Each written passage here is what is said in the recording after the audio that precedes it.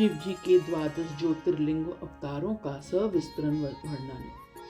नंदीश्वर जी कहते हैं, मुने, अब तुम सर्वव्यापी भगवान शंकर के 12 अन्य ज्योतिर्लिंग स्वरूपी अवतारों का वर्णन श्रवण करो, जो अनेक प्रकार के मंगल करने वाला है। उनके नाम ये हैं: सौराष्ट्र में सोमनाथ, श्रीशैल पर मल्लिकार्जुन, उज्जैनी में महाकाल, ओंकार में अमरेश्वर, हिमालय पर केदार, डाकनी में भीमशंकर, काशी में विश्वनाथ, गौतमी के तट पर त्र्यंबकेश्वर, चिताभूमि में वैद्यनाथ, दारुकवन में नागेश्वर, सेतुबंध पर रामेश्वरम और शिवालय में घुष्मेश्वर।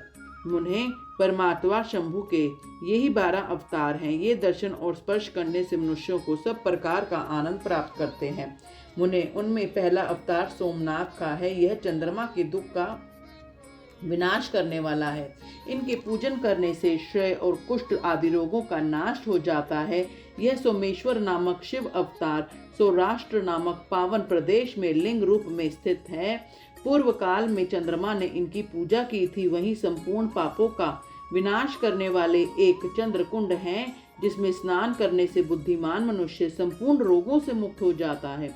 परमात्मा शिव के सोमेश्वर नामक महालिंग का दर्शन करने से मनुष्य पाप से छूट जाता है और उसे भोग और मोक्ष सुलभ हो जाते हैं। तात शंकर जी का मल्लिकार्जुन नामक दूसरा अवतार श्रीशैल पर हुआ। वह भक्तों को अभीष्ट फल प्रदान करने वाला है। मुने, भगवान शिव परम प्रसन्नता पूर्वक अपने निवास भूत कैलाशगिरी में लिंग रूप में श्रीशैल पर पधारे हैं। पुत्र प्राप्ति के लिए इनकी स्तुति की जाती है। मुने, यह जो दूसरा ज्योतिर्लिंग है वह दर्शन और पूजन करने से महासुख कारक होता है। अंत में मुक्ति भी प्रदान कर देता है, इसमें तनिक भी संशय नहीं है। तात शंकर जी का महाकाल नामक तीसरा अवतार उज्जैनी नगर में हुआ। वह अपने भक्तों की रक्षा करने वाला है। एक बार रतनमाल निवासी दूषण नामक असुर, जो वैदिक धर्म का विनाशक विप्रोही था तथा सब कुछ नष्ट करने वाला था, उज्जैनी में जा पहुंचा। तब वेद नामक ब्राह्मण के पुत्र ने शिव जी का ध्यान किया और फिर शंकर जी ने तुरंत ही प्रकट होकर हुंकार द्वारा उस असुर को भस्म कर दिया। तत्पश्चात अपने भक्तों का सर्वथा पालन करने वाले शिव देवताओं की प्रार्थना करने पर ही महाकाल नामक ज्योतिर्लिंग स्वरूप से वहीं प्रतिष्ठ हो गए। इन महाकाल नामक लिंग का प्रयत्न पूर्वक दर्शन और पूजन करने से मनुष्य की सारी कामनाएं पूर्ण हो जाती हैं और अंत में उसे परम गति प्राप्त होती है। परम आत्मबल से संपन्न परमेश्वर शंभु ने भक्तों को अभीष्ट फल प्रदान करने वाला ओंकार नामक चौथा अवतार धारण किया है। मुने, विदेगिरी में भक्ति पूर्वक विधि विद्यान से शिवजी का पार्थिव लिंग स्थापित किया। उसी लिंग से विंध्य का मनोरथ पूर्ण करने वाला महादेव प्रकट हुए। तब देवताओं के प्रार्थना करने पर भुक्ति मुक्ति के प्रदाता भक्त वत्सल लिंग रूपी शंकर वहां 2 रूपों में विभक्त हुए। मुनीश्वर उनमें से एक भाग ओंकार में ओंकारेश्वर नामक उत्तम लिंग के रूप में प्रतिष्ठित हुआ और दूसरा पार्थिव लिंग परमेश्वर नाम से प्रसिद्ध हुआ। मुने, इन दोनों में जिस किसी का भी दर्शन पूजन किया जाए उसे भक्तों के अभिलाषा पूर्ण करने वाला समझना चाहिए। महामुने, इस प्रकार मैंने तुम्हें इन दोनों महादिव्य ज्योतिर्लिंग का वर्णन कर दिया। परमात्मा शिव के 5वें अवतार का नाम है केदारेश।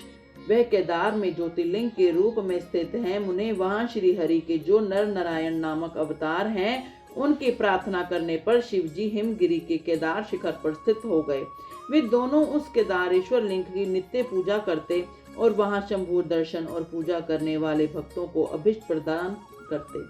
तात सर्वेश्वर होते हुए भी शिव इस खंड के विशेष रूप के स्वामी हैं। शिव जी का यह अवतार संपूर्ण अभिष्टों को प्रदान करने वाला है। महाप्रभु शंभु के 6ठे अवतार का नाम भीमशंकर है। इस अवतार में उन्होंने बड़ी बड़ी लीलाएं की हैं और भीमासुर का विनाश किया है। काम रूप देश के अधिपति राजा सुदक्षिणा शिव के भक्त थे। शिव भीमासुर उन्हें पीड़ित कर रहा था। तब शंकर जी ने अपने भक्तों को दुख देने वाले इस अद्भुत असुर का वध करके उनकी रक्षा की। फिर राजा सुदक्षिणा के प्रार्थना करने पर स्वयं शंकर जी डाकनी में भीमशंकर नामक ज्योतिर्लिंग से स्थित हो गए। मुने जो समस्त ब्रह्मांड स्वरूप तथा भोग मोक्ष का प्रदाता है, वह विशेश्वर नामक 7वां अवतार काशी में हुआ। मुक्तिदाता सिद्ध स्वरूप स्वयं भगवान शंकर अपनी पूरी काशी में ज्योतिर्लिंग में स्थित हुए। विष्णु आदि सभी देवता, कैलाशपति शिव और भैरव नित्य उनकी पूजा करते हैं।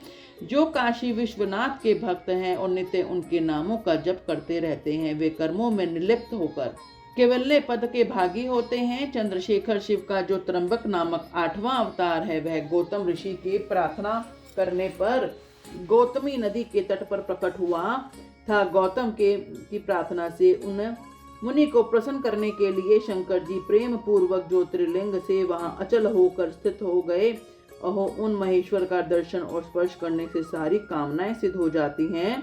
तत्पश्चात मुक्ति भी मिल जाती है। शिव जी के अनुग्रह से शंकर प्रिया परम पावनी गंगा गौतम के स्नेहवश वहां गौतमी नाम से प्रवाहित हुई। उनमें से 9वां अवतार वैद्यनाथ नाम से प्रसिद्ध है। इस अवतार में बहुत सी विचित्र लीलाएं करने वाले भगवान शंकर रावण के लिए आविर्भूत हुए थे। उस समय रावण द्वारा अपने लाए जाने को ही कारण मानकर महेश्वर ज्योतिर्लिंग स्वरूप से चिता भूमि में प्रतिष्ठित हो गए। उस समय से वे त्रिलोकी में वैद्यनाथेश्वर नाम से विख्यात हुए। वे भक्ति पूर्वक दर्शन और पूजन करने वाले और भोग मोक्ष के प्रदाता हैं। मुने, जो लोग इस वैद्यनाथेश्वर शिव के महात्म को पढ़ते और सुनते हैं, उन्हें यह मुक्ति भुक्ति का भागी बना देता है। 10वां अवतार नागेश्वर अवतार कहलाता है। यह अपने भक्तों की रक्षा के लिए प्रादुर्भूत हुआ था। यह सदा दुष्टों को दंड देता रहता है। इस अवतार में शिव जी ने दारुक नामक राक्षस को, जो धर्मघाती था, मारकर वैश्यों के स्वामी अपने सुप्रिय नामक भक्त की रक्षा की थी। तत्पश्चात बहुत सी लीलाएं करने वाले वे परमात्मा प्रभु शंभु लोकों का उपकार करने के लिए अंबिका सहित ज्योतिर्लिंग स्वरूप में स्थित हो गए। मुने, नागेश्वर नामक उस शिवलिंग का दर्शन तथा अर्चन करने से राशि के राशि महान पातक तुरंत विनष्ट हो जाते हैं। मुने, शिव जी का 11वां अवतार रामेश्वर अवतार कहलाता है। वह श्री रामचंद्र का प्रिय करने वाला है। उसे श्री राम ने ही स्थापित किया था। जिन भक्तवत्सल शंकर ने परम प्रसन्न होकर श्री राम को प्रेम पूर्वक विजय का वरदान दिया, वे ही लिंग रूप में आविर्भूत हुए। मुने, जब श्री राम ने अंतिम प्रार्थना करने पर सेतु बंध पर ज्योतिर्लिंग रूप से स्थित हो गए, उस समय श्री राम ने उनकी भली भांति सेवा पूजा की। रामेश्वर की अद्भुत महिमा की भूतल पर किसी से तुलना नहीं की जा सकती। यह सर्वदा भुक्ति मुक्ति की प्रदायिनी तथा भक्तों की कामना पूर्ण करने वाली है। जो मनुष्य सद्भक्ति पूर्वक रामेश्वर लिंग को गंगा जल से स्नान कराएगा, वह जीवन मुक्त ही है। वह इस लोक में जो देवताओं के लिए भी दुर्लभ है, ऐसे संपूर्ण भोगों को भोगने के लिए पश्चात परम ज्ञान को प्राप्त होता है। फिर उसे केवल मोक्ष मिल जाएगा। घुष्मेश्वर अवतार शंकर जी का 12वां अवतार है। वह नाना प्रकार की लीलाओं का कर्ता, भक्तवत्सल तथा घुष्मा को आनंद देने वाला है। मुने, घुष्मा का प्रिय करने वाले के लिए भगवान शंकर दक्षिण दिशा में स्थित देवशैल के निकटवर्ती एक सरोवर में प्रकट हुए। मुने, घुष्मा के पुत्र को सुदेह ने मार डाला था। उसे जीवित करने के लिए घुष्मा ने शिव जी की आराधना की। तब उनकी भक्ति से संतुष्ट होकर भक्तवत्सल शंभु ने उनके पुत्र को बचा लिया। तदंतर कामनाओं के पूरक शंभु घुष्मा की प्रार्थना से उस तड़ाग में ज्योतिर्लिंग में स्थित हो गए। उस समय उनका नाम घुमेश्वर हुआ। जो मनुष्य उस शिवलिंग का भक्ति पूर्वक दर्शन तथा पूजन करता है, वह इस लोक में संपूर्ण सुखों को भोग कर अंत में मुक्ति लाभ करता है। संत कुमार जी कहते हैं, इस प्रकार मैंने तुमसे इस 12 दिव्य ज्योतिर्लिंग का वर्णन किया है। वे सभी भोग और मोक्ष के प्रदाता हैं।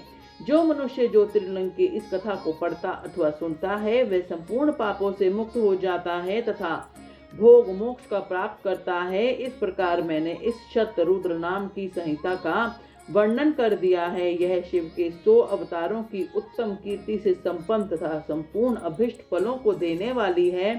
जो मनुष्य इसे नित्य समाहित चित्त से पढ़ता अथवा सुनता है, उसकी सारी लालसाएं पूर्ण हो जाती हैं और अंत में उसे निश्चय ही मुक्ति मिल जाती है। बोलो हर हर महादेव।